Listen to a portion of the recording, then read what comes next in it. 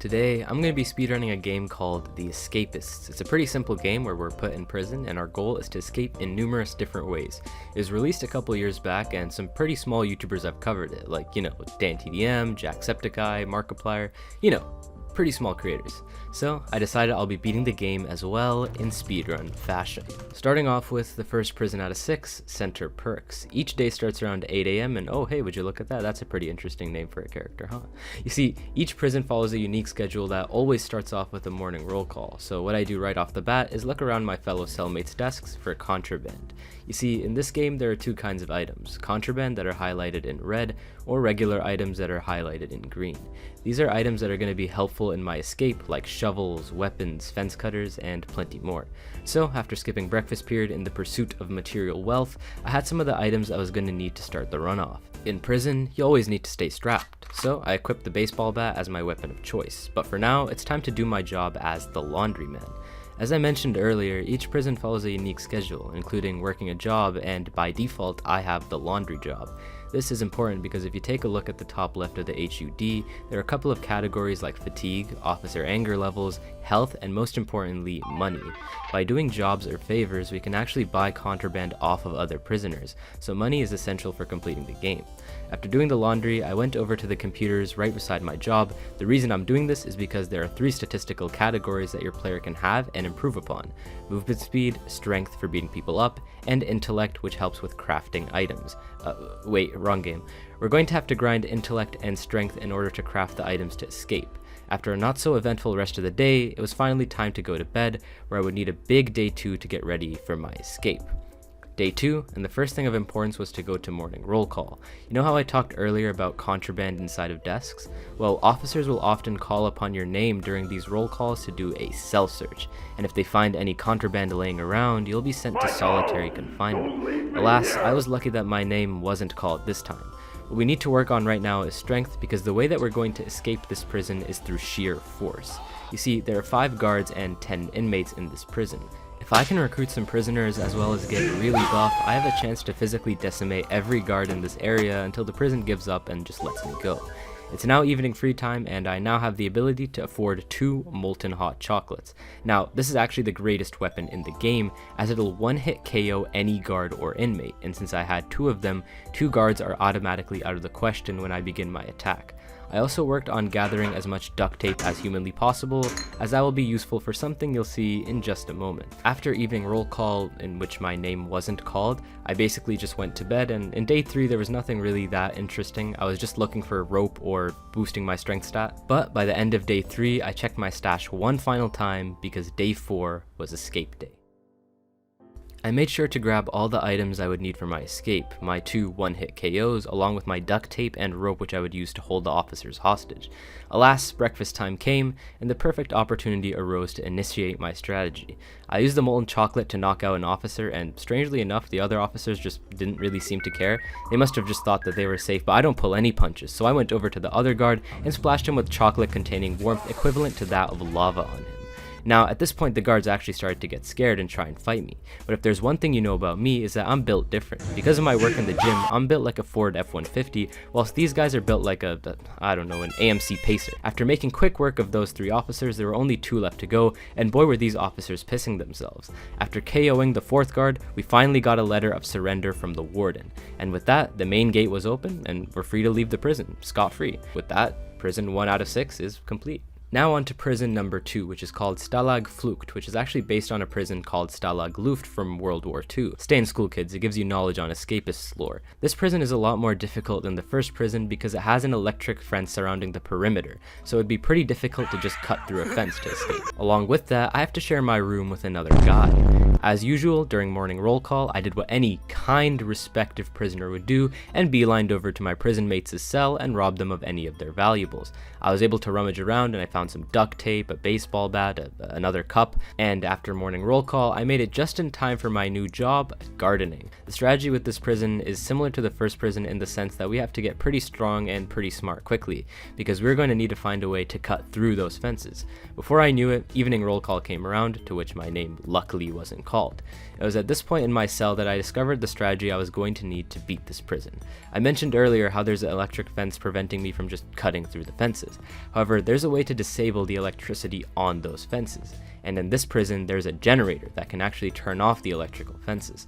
But there's a little bit of an issue with that. In order to enter it, you need a red key, and those keys are only held by the prison guards.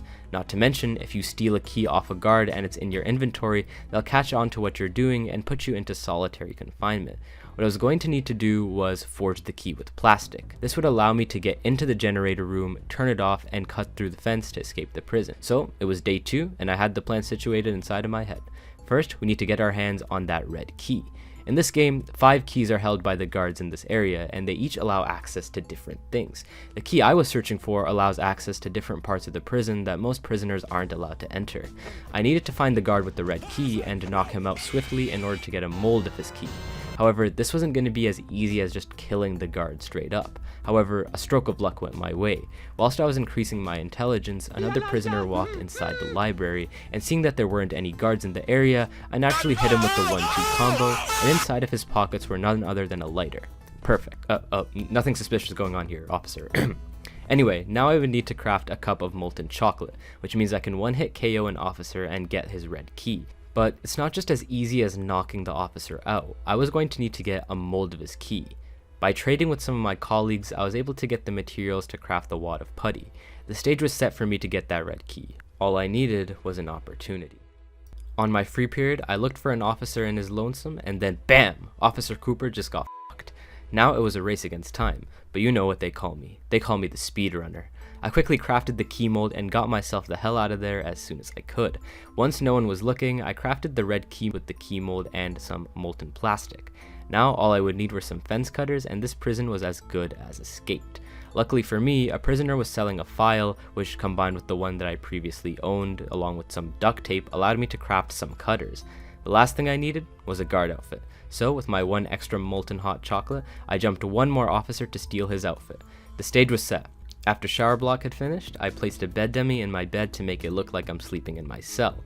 Once it was time for lights out, I put on my masterful disguise and it was time to escape the complex. I passed through the main fence and entered the generator room, and after turning the generator off, I went over to the main fence and started cutting the fence away to complete the second prison in under 55 minutes.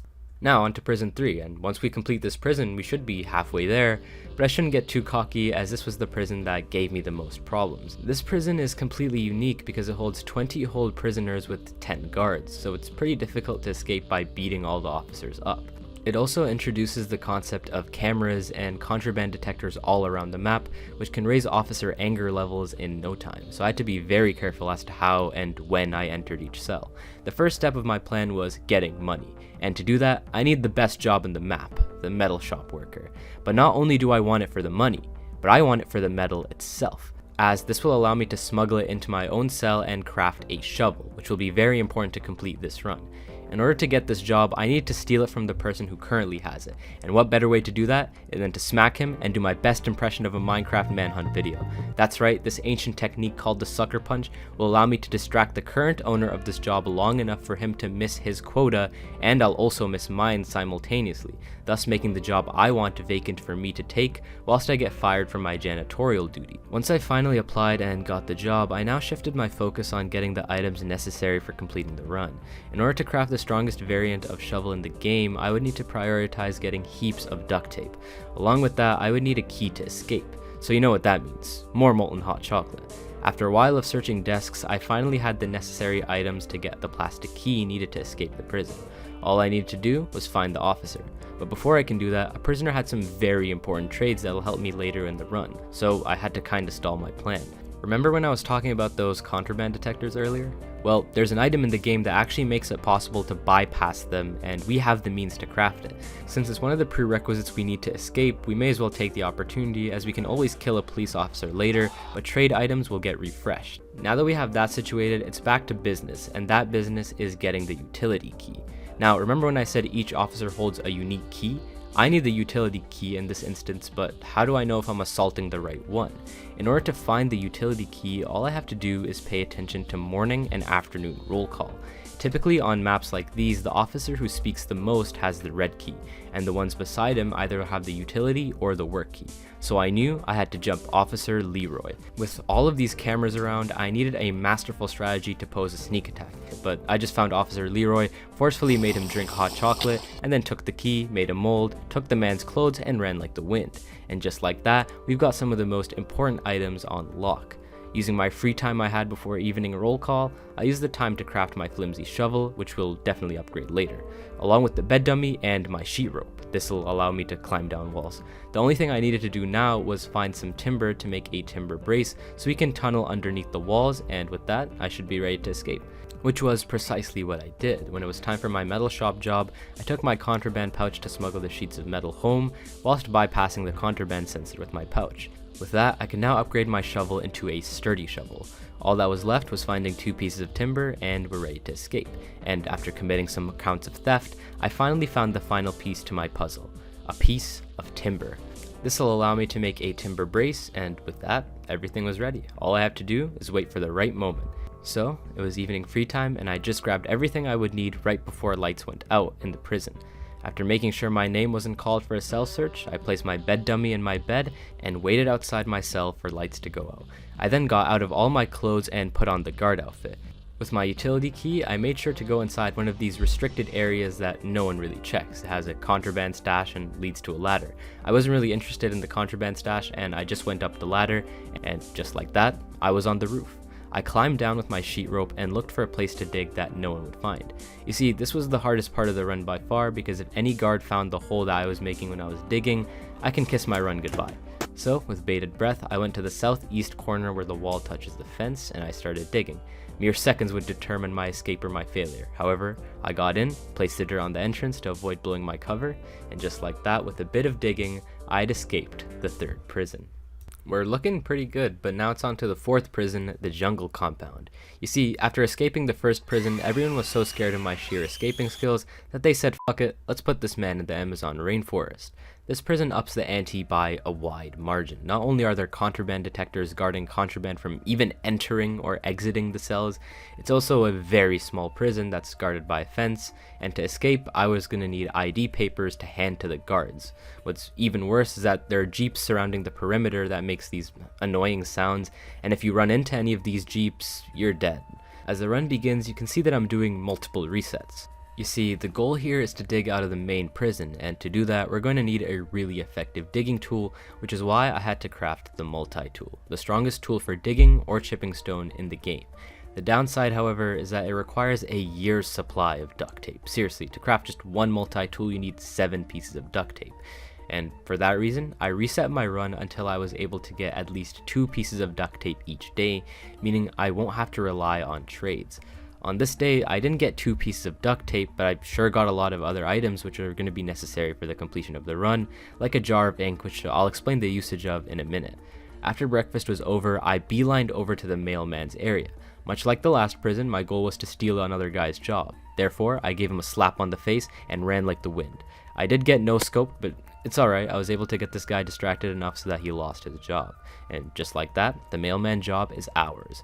Unlike the previous prisons, I was actually going to need 2 keys. As you can see from the map, the entrance to the cells gets locked at night, and along with that, entrance into some restricted areas are needed. So therefore, we're going to need to craft the cell and staff key. So with the lighters and combs in my inventory, I crafted the necessary items to eventually get the keys when I'm ready. So it's nearing the end of day 1, and honestly, I feel like I'm kinda behind schedule. I actually don't have a lot of what I need to be in a confident position, however, a stroke of luck hit. Lance, my boy, he offered a great trade that would allow me to complete another item I need to escape this prison, exotic feathers, along with some more duct tape. Now, do you remember that jar of ink from earlier? What I actually have to do to escape this prison is dig out of the main prison and go into the barracks to get unsigned ID papers, and the usage of the ink and the feathers would be to sign those papers and hand them into the guard at the front to leave the prison. As you can see in my desk, we have a majority of the things that we're going to need to complete this run all the way. However, we've got still a long way to go multi-tool wise. Come the next morning, I stumbled upon a day where I got 2 pieces of duct tape in the morning. However, when I was doing my mailman duties, an interesting conundrum occurred. You see, some guy was trying to imitate my sheer skill in combat against an officer, and he ended up dropping a file. This was one of the rarer items that I need to make a tool handle, but if I enter the cell area, the contraband detector is going to go off and I'll get no scoped. So therefore, I crafted a plan that no one would have ever expected. You see, the devs were lazy when they were making this game. There's some parts of this map specifically that guards will never check, like for example, behind this part of the laundry room. That being said, I can just place contraband items on the ground and no officer will ever pick them up, meaning that I can come back and get it once I have a contraband pouch, and the timing couldn't have been any more perfect. Right as I was entering the cell premises, Daniel, my guy over here, was selling some foil, and if you've been paying attention, you need that to craft a contraband pouch. Now with some spare items on my hands, I can finally KO an officer. But me being me, I accidentally killed the wrong police officer, so what I did instead was I took his clothes and I took his weapon, and I decided I would now rely on sheer strength to knock out the guards, and if I found the ingredients for molten chocolate, I would use that. With that, day 2 came to a close, and in the morning, after a crap ton of resets, all in the goal of finding 2 pieces of duct tape, I found the perfect start to day 3. A file to craft a tool handle along with a cup to make molten hot chocolate, and of course, more duct tape. Fast forwarding onto free period after gym, I now had an opportunity to jump a police officer. So I was waiting for an unsuspected prison guard to come into my premises so I could do a little bit of trolling. Luckily, he fell hook, line, and sinker into a closed off area, and I was able to easily secure that red key. Now, any reasonable viewer might be thinking, I've been collecting so much duct tape all this time, and I still don't have an inch of progress on that multi-tool. Well, the reason for acquiring the red key was this. Take a look at the map. Right beside the library is a sheet metal and lumber storage area, meaning I don't really have to search for all the individual components one by one. Rather, I can disguise myself, enter that area with my key and contraband pouch, and smuggle it home along with some contraband that's hidden behind the laundry room, which is exactly how the plan went. I smuggled out the guard outfit and the red key, and proceeded to the location. I would have had to make multiple trips, but considering I had a fair bit of duct tape, I can always craft more contraband pouches later. I decided to focus on timber first, as well as the file I hadn't picked up earlier, and with that, I could now craft the tool handle necessary for crafting both a shovel and a pickaxe. Day 4. The first thing I did was disrupt my cellmate's sleep by buying his duct tape, and right after, I walked over and saw another new trade, or should I say trades. Aaron over here was selling a crowbar, which I would need to make a pickaxe, and you guessed it, more duct tape. It's basically the holy grail in this game. With that, the pickaxe was now crafted, and all I have to do was upgrade it and get the final key, and this prison was as good as escaped. However, I must have unlocked some sort of dream 1 in 7.5 trillion odds, because after looking in some cellmates' desks, I was able to find pretty much all the materials I would need to upgrade the pickaxe and the shovel. And with that being said, I quickly upgraded my pickaxe, the shovel, combined the two to make a multi-tool, and all that's left for the final day is finding that cell key. So, on day 5, I spent all of breakfast working out, all of which in a goal to beat up the officers after isolating them. So, after following this officer into the infirmary, I physically assaulted him and was able to get the cell key. I now had everything I needed to escape this prison. All that mattered now was waiting for the right time, but I still had half the day left. What was I going to do with all this time? I didn't really know, so I engaged in what any self-respecting prisoner would. I decided to run half a marathon on a treadmill, became Mr. Beast, ran another half marathon, threw a man into a bathroom, begged the warden to let me free. Again, I ran another full marathon, and oh, would you look at the time, it's nearing our escape. The first thing I did was place the jar of ink and exotic feather outside of my cell area, as I wouldn't have the inventory space to carry everything. I grabbed everything in my desk and waited for 2300. I wore my guard outfit, exited the cell area, and dropped all the unnecessary items. I headed towards the north of the map and dug underneath this wall over here. I patched the hole with dirt and threw the dirt in the bushes because, let's be honest, they're not going to check over there. I entered the barracks, I took the unsigned ID papers off the desk and crafted the signed ID papers. After a close call with some vehicular manslaughter, I gave my papers to the office at the front, and just like that, the jungle compound was escaped. Now, there's only 2 more maps to go, and this next map is actually really unique. Unlike all the other prisons, there's room for 4 prisoners in one cell, and everything gets a lot smaller, but most importantly, the guards here have a major shift. In literally every other map, the guards are always around the prison. However, in this map, due to the heat, the officers are only present during roll call, meals, and exercise period. Now, you may think that it's advantageous towards me, but this actually makes it a lot harder to get my hands on keys or even steal jobs in the early game. Regardless, the first thing I'm going to need to do is rename the second and the fourth officer very specific names. This will allow me to target them later when I need to steal their keys. Right off the bat, I was able to find some duct tape, to which again would be very necessary for this run because we're going to need a multi-tool. Unfortunately, these jabronis called my name for a cell search on the first day, but honestly, I'd rather have it sooner than later, so I'm not that upset. I quickly used some duct tape for another reason besides a shovel, and that is for a poster.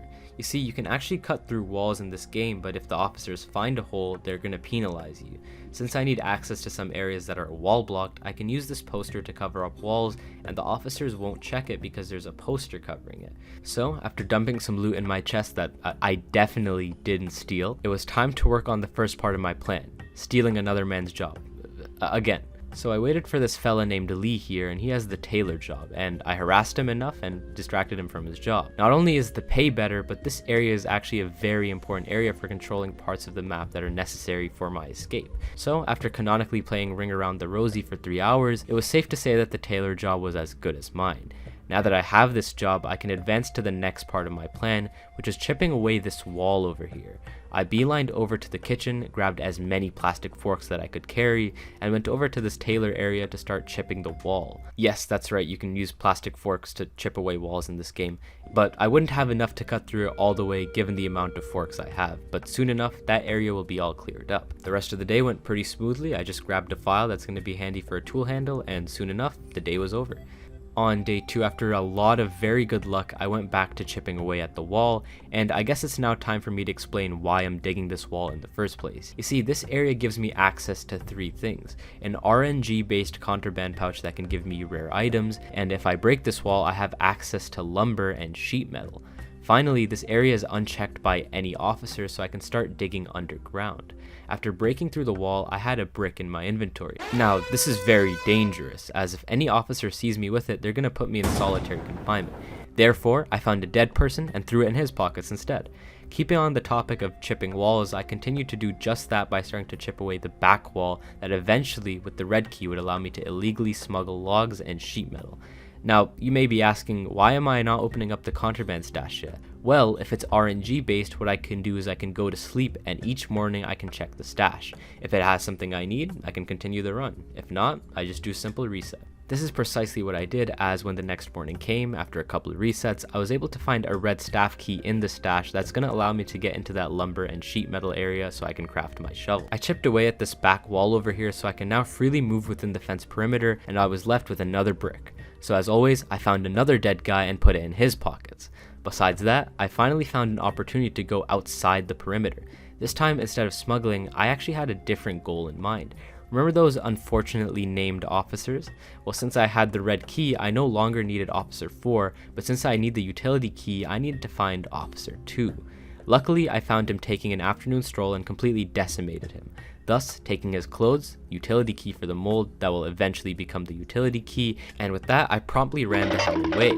Now it's time to do a little bit of crafting. I took some materials that I had in my inventory to craft a sturdy shovel, and with that, we can start digging once we're not tired. Now, do you remember those contraband stashes earlier? Well, it actually turns out that there's a couple in this map, all in pretty easy places to reach. In these contraband stashes, we can actually cut a lot of time finding some contraband needed for escaping. So with that in mind, I tried my luck, and after a couple of resets, I ended up getting exactly what I needed, a plastic cell key. You see, at nighttime, what we're going to need to do is have access to get in or out of our cell, and this is going to come in handy. We'll save that plan come nighttime when the snipers go away, but as for now, let's start digging north. But hold your horses, we can't go too far. You see this fence over here? This here is an electric fence. What I'm going to have to do is wait for nighttime and turn the generator off on top of the prison. To get to that generator and cut that fence, we're going to need some cutters. So I got some of those materials to craft them, and just like that, it was go time. I placed a bed dummy in my bed, and this is where the cell key comes in. I walked out of the locked cell door, and I then went to the cafeteria. Now you may be thinking, Krog, are you going to get a bedtime snack? Well, the answer is usually yes, but in this case the answer is no. There's a secret ladder that leads to the roof of the prison. I started cutting away at the fence that leads to the generator, but once I deactivate it, I have to be quick, as it'll turn on in a few minutes. Once I turned it off, it was a race back to the tunnel. I cut the fence, and boom, mission complete. The next night would be the night that I would escape. I went back to my cell as if nothing ever happened, and I went to get a good night's sleep before the final day. So, on the morning of day 5, I followed my usual routine to a T. To a T, except for the occasional timber smuggling that I would do. Along with that, I made my final preparation for the tunnel, as I only needed to dig a few squares north and I would be in a safe position to exit because there's always a jeep surrounding the initial prison. Once I met with a brick wall, I knew I was ready to escape. Luckily for me, evening roll call was right around the corner and I had all the materials I would need to repair my shovel enough to escape the prison. As evening roll call came, I harassed an officer so that I would get no-scoped and regenerate all my stamina, and soon enough, lights out came. I quickly placed the bed dummy in my bed and exited the prison towards the tunnel.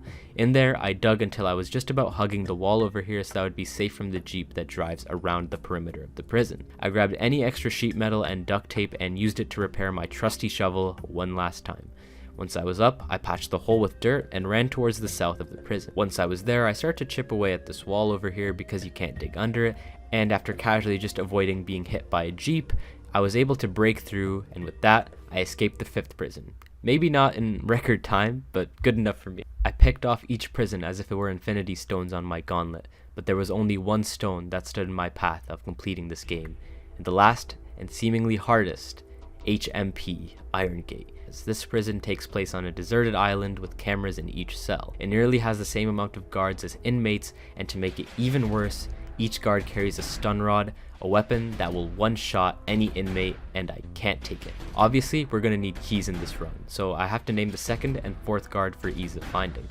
As soon as the run began, I grabbed a tube of toothpaste. Was I going to use it to brush my teeth? No, screw dental hygiene. You can actually use toothpaste to block the camera's vision for about 30 seconds. And my goal is to start this run by stealing some items. I stole a file, logs, sheet metal, and some foil from my next door neighbors, and took on some early favors to get money. Much like the previous maps, we're going to have to steal someone's job.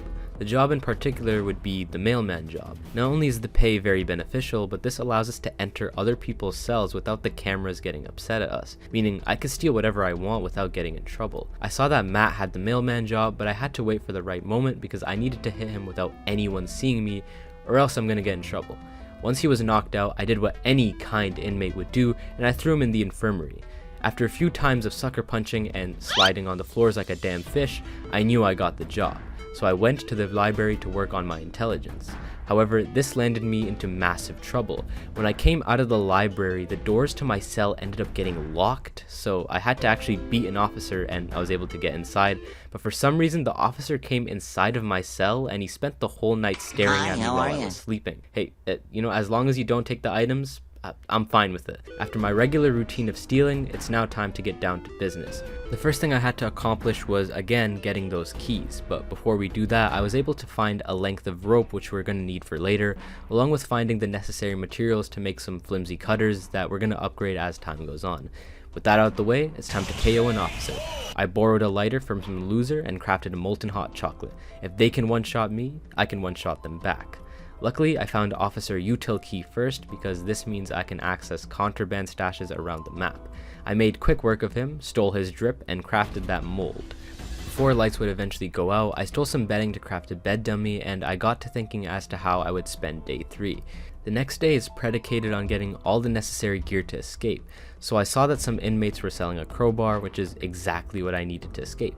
Do you remember that piece of rope I grabbed earlier? Well, once we combine a rope with 2 crowbars, we can actually get a grappling hook, which is an item that allows us to climb down walls that are further than a sheet rope will allow.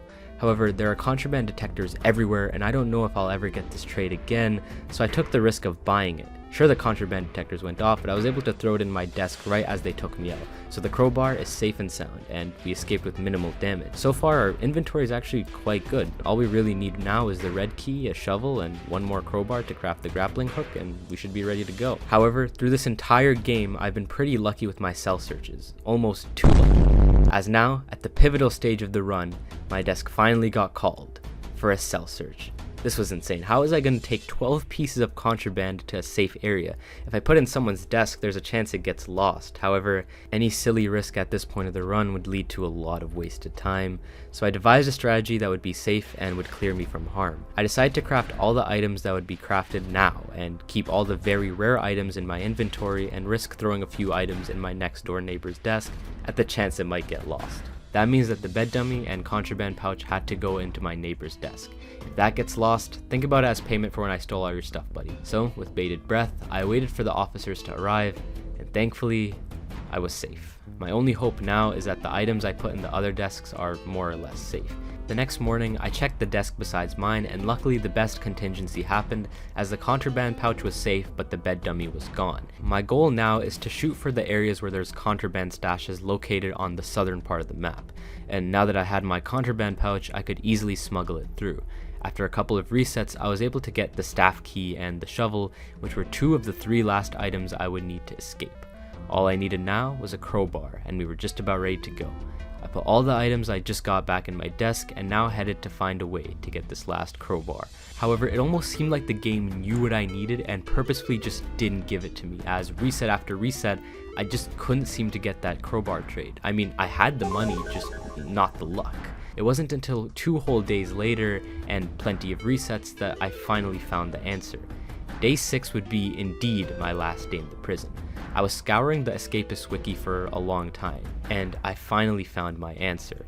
Trades are time-based. Not in-game time, but rather real-life time. 3 minutes to be exact. Meaning that if I just AFK'd on my PC on the paused screen, the trades will automatically refresh. So it only took me the first time of me doing this to shuffle the trades in order to get the final piece of the puzzle.